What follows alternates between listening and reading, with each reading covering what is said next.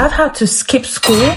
I've had to get off work like immediately because sometimes I have brain fog. I'm stuck.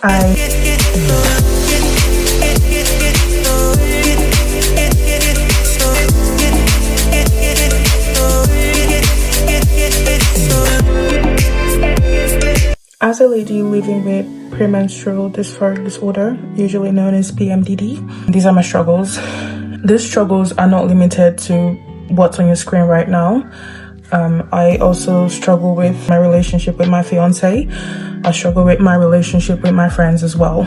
If you relate to any of this, you're not alone. 1 in 20 women, suffer from this disorder. And it's never really talked about. I mean, women's health are never really talked about. It's always seen as either you're over-exaggerating or it's a normal thing, you'll get used to it. PMDD is a severe form of PMS, so it's often misdiagnosed, never really talked about. And, also people just see it as, oh, it's normal, it comes with your period, you have to suck it up, you have to get used to it. But this is actually very severe. It actually affects your daily life.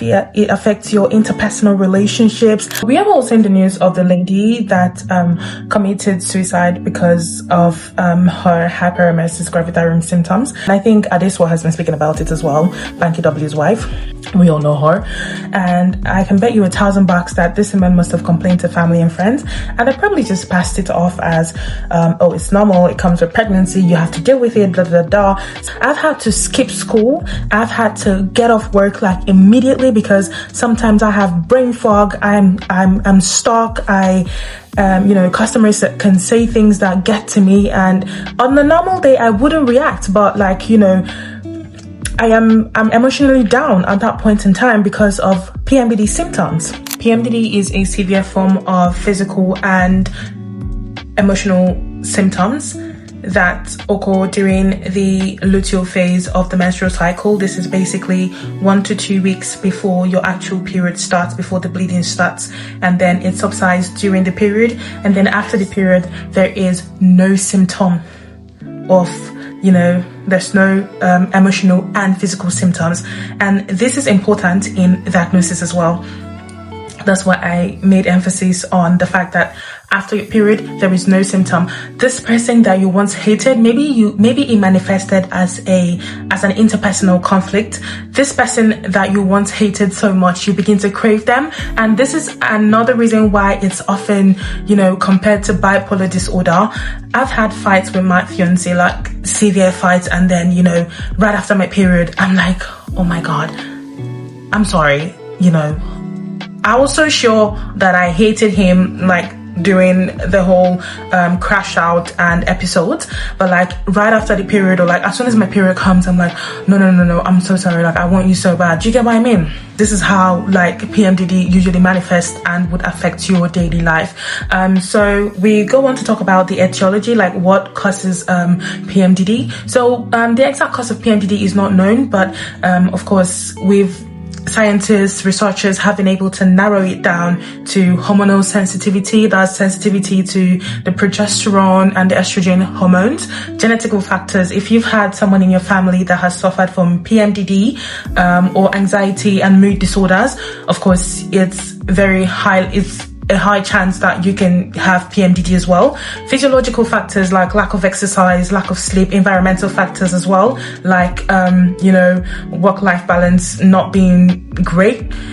This can also cause like PMDD. Also, we have neurotransmitters like deficiency in serotonin can also cause PMDD as well. So what are the symptoms of PMDD? Of course, I've mentioned some of them earlier. We can have like emotional symptoms like anxiety, depression, feelings of hopelessness, worthlessness, feelings of tension, like you're living on the edge. Also, we can have difficulty concentrating, or like a brain fog, you're stuck. And also we can have like physical symptoms like fatigue, low energy, sleep changes. You're either sleeping too much or you're not sleeping at all. And also changes in appetite. You either want to eat, like you have cravings, or you don't want to eat at all. Most of the times I do have like binge eating episodes, and then after my binge eating episodes I then take laxatives, or I try to induce vomiting so that I do not add weight. So yeah, these are the things that I struggle with basically with regards to PMDD. So moving on to diagnosis, for you to be diagnosed with PMDD, you have to visit a doctor, and your doctor has to look at like a lot of factors. So, well, not a lot basically, but just a couple of factors. There has to be the presence of 5 symptoms that I had mentioned before, including 1 mood disorder, which is like anxiety, depression, feeling of worthlessness, rage as well. And also, it has to have occurred for about 2 cycles before it's diagnosed, and it has to be severe. So it has to affect your personal life, it has to affect your, relationships, and it must have been a thing of concern basically before you're being diagnosed with PMDD. And for treatment options, of course, that's why you need to see your doctor. You can they need to obviously run maybe like a hormonal check, know if your hormones are balanced. There are pharmacological options like SSRIs, there are oral contraceptives, antidepressants that can be giving. Also, calcium, magnesium supplements as well can be recommended, and therapy, also emotional support from friends and family. Being self-aware can help you, and also educating yourself and your friends and your partner about PMDD and how it can manifest and how they can help you when it starts to manifest as well. Lifestyle modifications will help you. Regular exercising, regular sleep pattern, balanced diet, stress management, and improved sleep hygiene can help you live and cope with PMDD. I'm going to round up with frequently asked questions about PMDD. Is PMDD a mental illness? So of course, it's not just PMS. Some people will, wrap it up, this is just PMS, you're gonna get used to it, you're exaggerating. But no, it's not just PMS. It's a biological response to hormonal changes, and that impacts the mental health. So yes, of course, it's a mental health disorder. It's also diagnosed under the Diagnostic and Statistical Manual of Mental Health Disorders. So of course, yes, it is a mental illness. Can PMDD be cured? There is no cure, but like I mentioned, it can be managed effectively. You need to see your doctor. You have to be prescribed drugs, lifestyle changes as well, like regular exercises, balanced nutrition can help, therapy, emotional support from friends and family. Also, how can I support someone with PMDD? So you have to listen without judgment. Don't tell them it's just your period. Don't, validate their pain, validate their struggles. Also, educate yourself about PMDD like you're doing now with this video.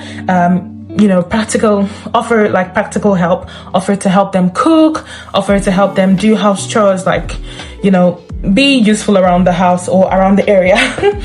Buy them food as well, send them money. Just kidding. So yeah, of course, encourage professional help as well. Encourage them to see a doctor, talk to someone, talk to a therapist or something, and also be patient with them. All right, so that will be all from my ends.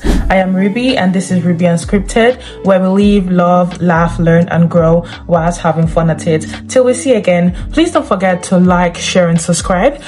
Share this video so that it can reach as much people as need to be educated about premenstrual dysphoric disorder. Till we meet again, bye guys.